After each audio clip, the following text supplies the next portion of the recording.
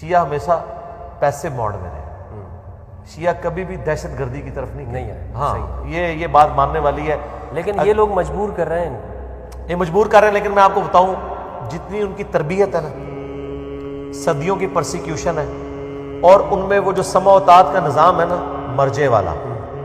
جب تک وہاں مرجے سے فتویٰ نہیں نکلے گا نا یہ لوگ کوئی دہشت گرد تنظیم نہیں بنائیں گے۔ شیعہ کا مسئلہ یہ ہے کہ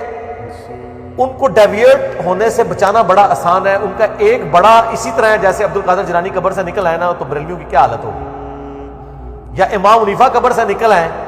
تو دیوبندیوں کی کیا حالت ہوگی، اور بریلویوں کی، وہ کہیں گے اب تو ہمیں کسی کے فتوے کی ضرورت نہیں۔ شیعہ کے لیے یہ درجہ جو ہے نا وہ خامنائی صاحب کا اور سستانی صاحب کا، ظاہر ہے وہ زندہ امام کی تقلید کرتے ہیں نا، ادھر ایک فتویٰ نکلتا ہے ختم۔ ایک چھوٹا سا فتویٰ نکلا تھا کہ تمباکو کی فصل اگانا حرام ہے، تو لوگوں نے اپنی فصلوں کو آگ لگا دی تھی۔ جو آپ اربوں ڈالر خرچ کر کے ختم کرتے ہیں نا منشیات، وہاں ایک فتوے سے ختم ہو جاتی ہے۔ وہ تو کہتے ہیں کہ یہ سمجھ لیں ڈائریکٹ ڈیوائن فتویٰ آ گیا۔ لہٰذا شیعہ کے اندر چونکہ ان کی ایک اپروچ کہ ہم نے پیسیو ریزسٹنس کرنی ہے، قربانیاں دینی ہیں، اور ہارڈ لائنر نہیں ہونا، اتحاد بین المسلمین، جتنی بھی باتیں آپ دیکھیں وہی کرتے ہیں۔ لوگ کہتے ہیں یہ ایکٹنگ کر رہے ہیں، نہیں سرکار یہ ان کے مزاج میں یہ چیز۔ میں آپ کو بتاؤں طارق جمیل صاحب سے میری فون پہ بات ہو رہی تو مجھے وہ کہتے ہیں یار دیکھو ایک میں نے مولا علی لفظ بولا ہے تو شیعہ میرے ہاتھ چوم رہے ہیں، اور ادھر ہمارے سنیوں کا حال دیکھو، ایک بات میں صحیح بات کر دو، اختلاف نہ کرو، صرف صحیح بات بتا دو۔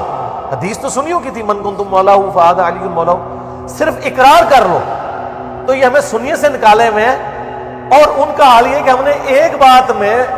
ان کے کہنے پہ نہیں اپنی کتابوں سے مانا ہے، وہ آگے ہمارے ہاتھ چومتے ہیں اور ہمیں اتنی عزت دیتے ہیں۔ تو مجھے کہہ رہے تھے کہ اس کی وجہ کیا ہے، میں نے کہا اس کی وجہ یہ ہے کہ ان کی صدیوں سے ہوئی ہے پرسیکیوشن، وہ پیسے موڈ کے اندر ہے، اور ان کو ڈوبتے کو تنکے کا سہارا ہے، ذرا سا بھی ان کو کوئی ایک روشنی کی کرن نظر آتی ہے نا، ٹھیک ہے، تو وہ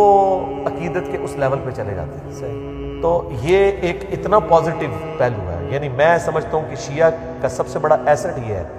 کہ آپ اپنے اہل بیت کے ساتھ محبت ان کے سامنے ثابت کر دیں،